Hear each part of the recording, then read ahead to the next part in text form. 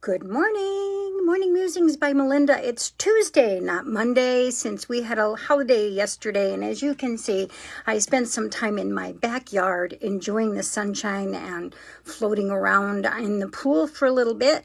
And Bill, who can't ever relax, worked in the yard, and I sat on the raft and dictated, no, move that over there. Anyways, we had a lovely Memorial Day, and I hope you did too. Remember that Memorial Day is about the men and women who have died in combat. And we have to also remember that there is about 100,000 people who have died in this war against COVID-19. And so I hope that we also honor them, as this is like a war. We have lost so many people now to this insipid disease, and things are getting back to normal, I guess. I'm back at the office, as you can see. I will still be doing some Zoom and FaceTime this week. Next week, we are going to have clients coming back in. We will be asking everyone to wear a face mask, as I will as well. On a Sunday, we have our summer sizzle, and you will all be hearing from Bill as to how we're going to do that. And those who have been waiting patiently from Spring Fling, the following Sunday will be the time that we do that, and you will also be hearing from Bill on how we're going to do that, because we're going to honor social distancing, and we cannot put 45 to 50 people in our gym with safety measures in place. So we have come up with a creative solution, and I hope that you will cooperate and honor us. So we're going to talk about control dramas, but before we do, I wanted to talk to you about what the experts are saying on the risks of 14 summer activities. Number one, backyard barbecue. Gathering with one other household is a low to medium risk. Eating indoors at a restaurant is a medium to high risk. Now, I have many restaurateurs who are friends of mine and love them with all my heart. And we are, Bill and I, honoring them by having takeout food still and doing what we can to continue to allow our restaurateurs to be able to be economically flush. So attending religious service indoors is a high risk. Now, I found that one interesting because I had to think about that for a minute, since there's a lot of controversy on what is a business that is something that should be required and what isn't. So I thought about it, and what I thought to myself was, hey, God isn't in church. God is in my heart. God is in the sound of my grandson's laughter. God is in the beauty of a sunset. God is in nature. God is in the way my husband looks at me sometimes. God is in my children's faces. God is the way that you respond to each other positively on my Facebook page. God is there from the first moment that I open my eyes to the last moment when I close them, and also all through the night. So we can honor God anytime, and should all the time. And I, for one, love to go to church. But since it's a high risk, I think I'll wait. Number 4, spending the day at a popular beach or pool is a low risk. An outdoor celebration such as a wedding with more than 10 guests is a medium to high risk. Using a public restroom is a low to medium risk. Letting a friend use your bathroom is a low risk. Going to a vacation house with another family is a low risk. Staying at a hotel, a low to medium risk.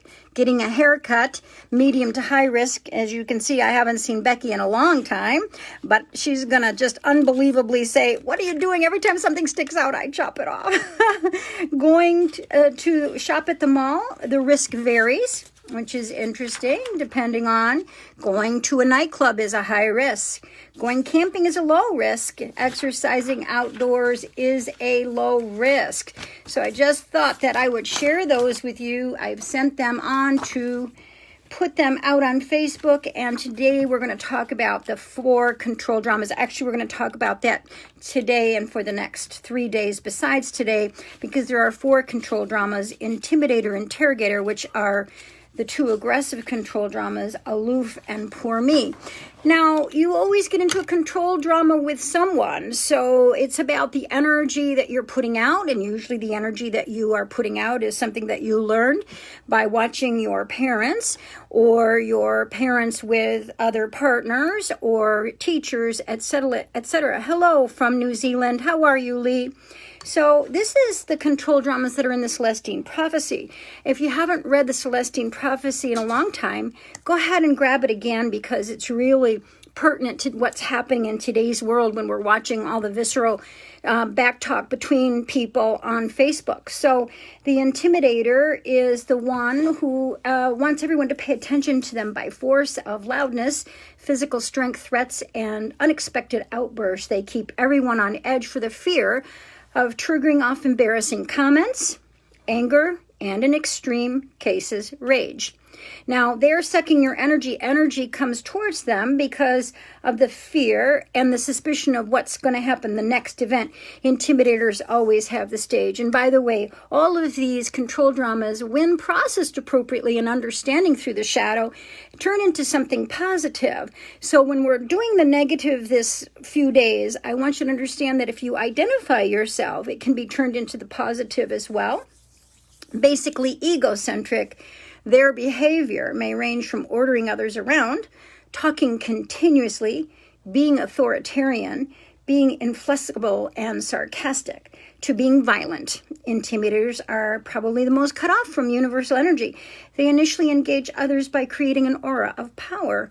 Each of these 4 control dramas has an energy-specific matching drama, and usually the intimidator attracts a poor me, which is an extremely passive energy dynamic, and the poor me, who is feeling that the intimidator is robbing him of energy on a frightening scale, tries to stop the threatening interchange by assuming a cringing, helpless attitude. The other matching drama for intimidator may be a counter-intimidator. The outer behavior of an intimidator is denial and not listening, anger first, get it any way I can, arrogance, me first, control, rage, and violence. The inner struggle that's causing those outer behaviors are fear of being controlled, fear of not being good enough, someone else will get it first, no one notices me, no one cares, I have to do it alone, and no one ever took care of me, or feeling dead inside. They make other people feel afraid, and so the matching drama for that is poor me. Angry, so the intimidator has a counter-intimidator with anger. You can't hurt me, I'll fight you back. Intimidator to intimidator. Vengeful, that's an interrogator counter drama, which means you're not as powerful as you appear to be, and what's your point? Or negated, they make other people feel negated. And that matching drama is aloof, I will not confront you. Now, because I am always the one that lays my cards on the table, as I looked at this in my family dynamics, my father, my mother, which you can read about in my book, Diary of a Mad Medium, I recognized that I was an intimidator aloof. And so I had to really work hard in my 30s to change that dynamic so that the intimidator would turn into leading capabilities and the aloof would turn into a level of going inside in order to figure out who I was. So we'll do what those positive parts of once you recognize what you are later on in the week. But right now, what I want you to do as we do each of these 4 control dramas throughout the week is try to think about your parents, your caregivers, your older siblings, your teachers, step-parents, people who took care of you, because we model ourselves certainly by what we watch when we're kids. Since my father suffered from PTSD from World War II, he could be an intimidator, poor me. My mother was aloof, and so I modeled myself after the intimidator, my father, and the aloof, my mother, in ways that were not necessarily appropriate when I was in my 20s and 30s until I started doing my hypnotherapy and understanding the dynamics of my childhood energy. And so when you're looking at this with me this week, please follow along with sincere honesty and looking at yourself so that you can understand and value what your soul wanted to learn on this earth plane. In the meantime, I hope you will watch what you're doing with your risk as we start to get back into a new normal. Have a great day.